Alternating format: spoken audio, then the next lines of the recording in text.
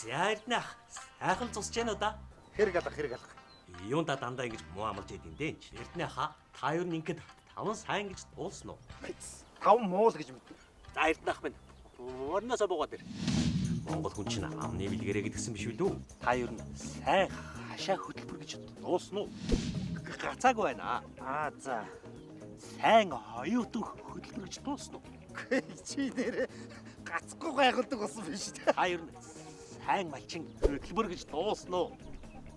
Сайн бизнес гэдэг хөтөлбөр юу мэдгүй. Би ч одоо дандаа ховж ив сонсдог хүн шүү дээ. Тэгвэл сайн экспорт гэдэг хөтөлбөр мэдгүй юм байна л да. Би одоо хүний уул шагааж муул юм сонсдог хүн. Сайн юмнаас бүр хоцорж байгаа юм байна да.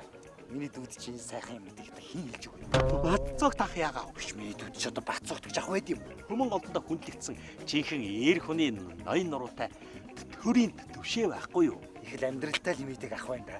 За чи энэ олон сайхан мэдээгээ. Манай хийдэд очиод дуулгаадах. Гацц төгдөрлгүй ярина шүү. Цаа хийдий чинь духных нь өслөө арилдаг дээ. Эрдэнэ хаа. Сайгууны ажилч гацхгүй дээ.